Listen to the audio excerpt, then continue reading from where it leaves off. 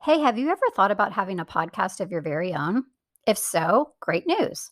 Spotify has a platform that lets you make one super easily, then distribute it everywhere and even earn money. It's all in one place for free. It's called Spotify for Podcasters, and here's how it works. So, Spotify for Podcasters lets you record and edit podcasts right from your phone or computer. So, no matter what your setup is like, you can get started creating as soon as today. Then you can distribute your podcast to Spotify, and everywhere else podcasts are heard. Video podcasts are also available on Spotify, so that's pretty cool. And with Spotify for Podcasters, you can earn money in a variety of ways, including ads and podcast subscriptions. And best of all, it's totally free with no catch. Ever since I discovered Spotify for Podcasters, I really just feel like it's taken my podcasting to a whole nother level. So I highly recommend you give it a try if a podcast is something that you've been thinking about as well. Just download the Spotify for Podcasters app or go to www.spotify.com/podcasters to get started.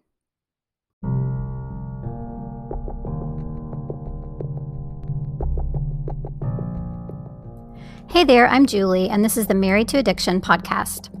If you're here, then you're probably what I call my secret sister. We're in a situation we never asked to be in and fighting a battle we never wanted to fight. We're faith-filled women who are married to an alcoholic, and it affects every inch of our lives. If that sounds like you, then this is a safe place for you to land.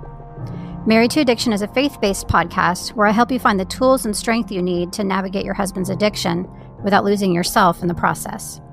So please subscribe and tune in as often as you can, because your husband's recovery is important, but so is yours.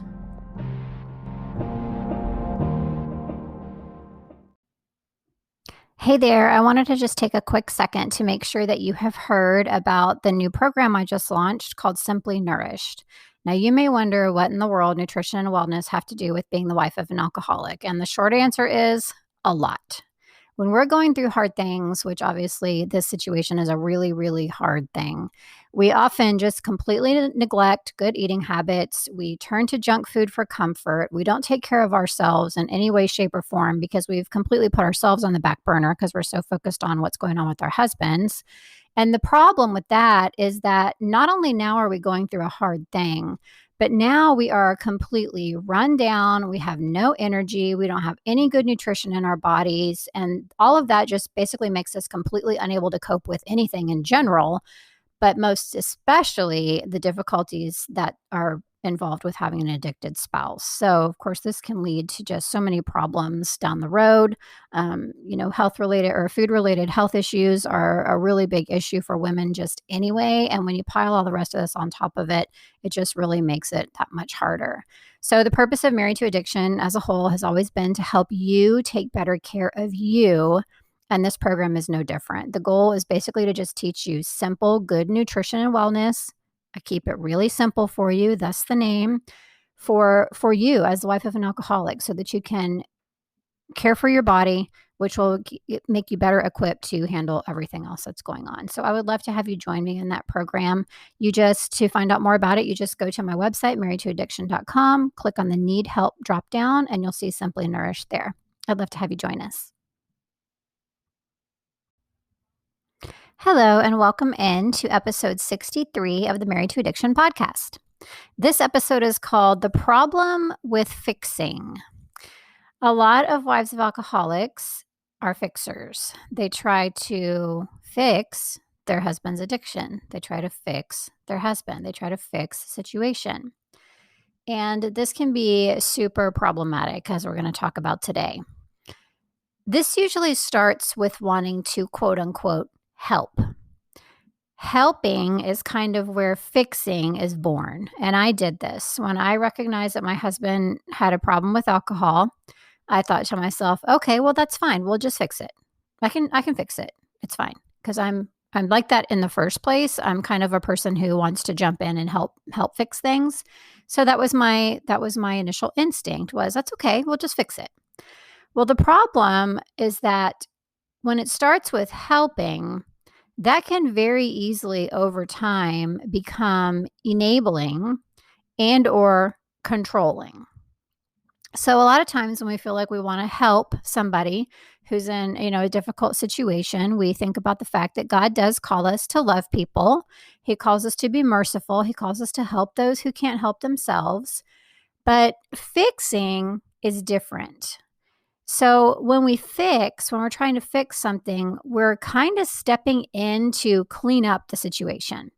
We think we know what's best. We think we know how to deal with it. We don't a lot of times consult with anyone. We just think, okay, well, this needs to stop happening. This needs to stop happening. This needs to start happening, and we just kind of step in and try to clean up everything and try to fix everything based on our instincts, what we think that we should do in that situation. So that's one problem with it, because what that ends up doing is that can can veer into enabling territory. So enabling, it basically means cleaning up after your addicted husband. So when we're enabling, we're trying to fix things that are happening because of his addiction. So a lot of times we're trying to fix the fallout. So for example, he can't get up for work one day because he has a hangover because he got completely drunk the night before, and you call in for him and say he has the flu, and make an excuse for him, and kind of just fix the situation, clean up after what's happened. The problem with enabling, of course, is that removes the consequences of their choices. So they don't experience pain from them. So if they had gotten too drunk the night before, gotten to where they were completely hungover the following morning and couldn't go to work, and their alarm goes off and they sleep through it, and you don't call the boss and you don't try to clean it up or fix it, then what happens? They start getting, their phone starts blowing up at 9:15, 9:30, 9:45, whatever it is, because they didn't show up for work because they're sleeping it off. And that's a problem, right? Now they have a consequence at work. They're going to get written up or whatever the case. So when we are trying to fix things or clean up things, that is removing the consequences of their choices and their actions, and they're not experiencing pain from them. And of course, they're not learning from them because of that. Another thing that can happen when we're trying to fix things is we're trying to control the situation, right? We're trying to, like I said, just kind of go with what we know and go on our instincts of what we think that we should be doing in the situation.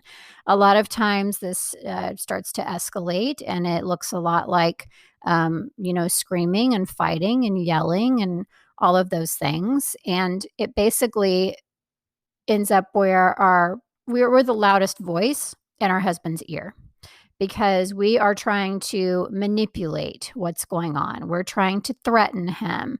We're displaying controlling behaviors. So this looks like things like throwing out alcohol when we find it, searching through his things, manipulating situations where he doesn't have access to alcohol or whatever the case, threatening, if you drink tonight, blah blah blah is going to happen, all of those things. And the problem with that is when we are the loudest voice in our husband's ears, it doesn't give them the opportunity to hear God.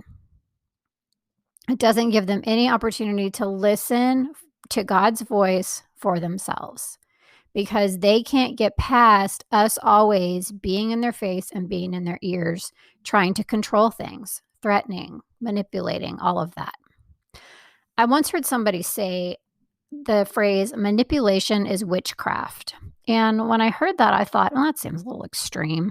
But then I started thinking about it.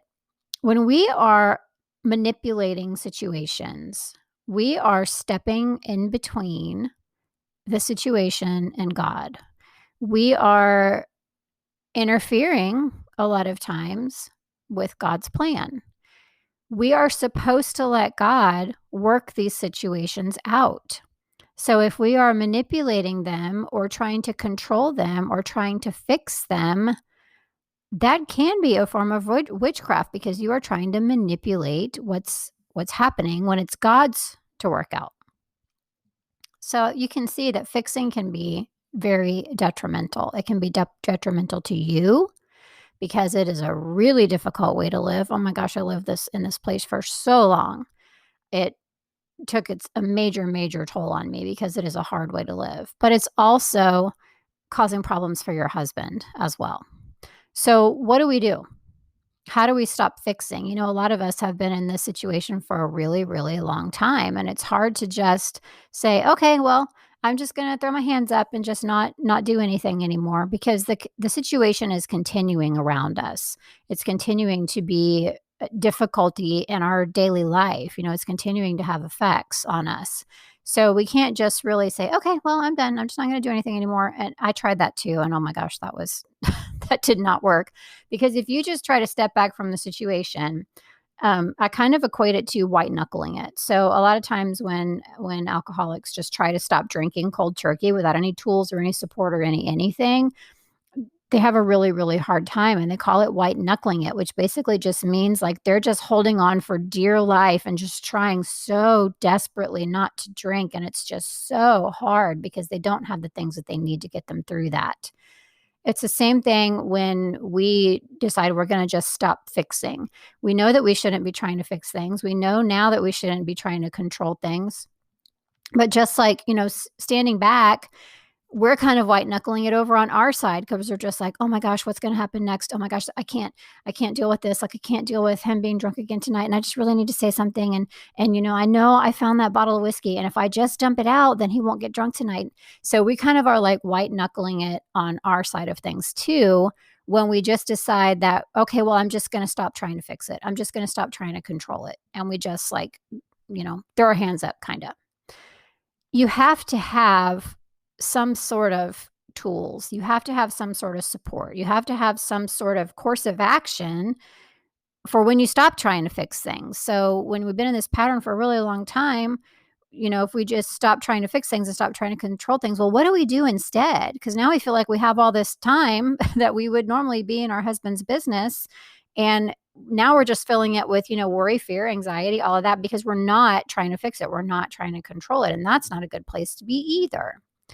So the first steps to trying to stop fixing is, of course, to start focusing on other things that are healthy for you, like untying from the addiction, like learning and implementing good, healthy boundaries, like giving your husband that space so that they can sit with their choices and hopefully choose recovery. Like how do we do that? Like, what does that look like in practical terms?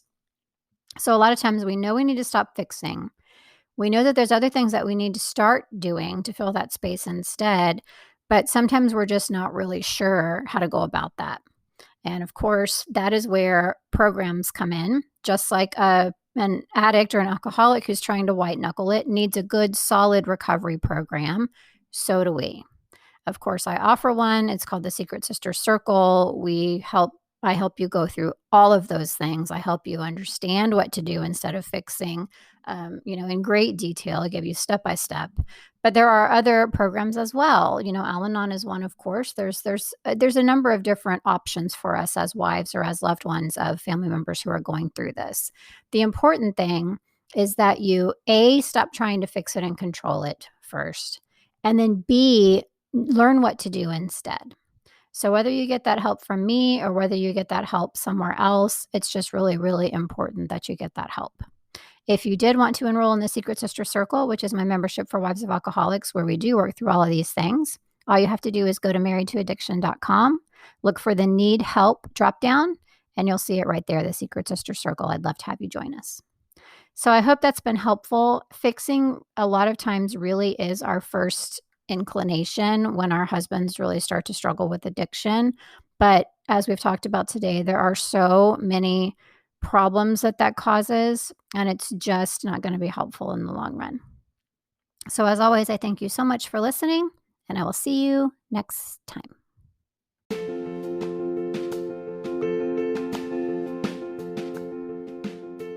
Quick question for you before I let you go today.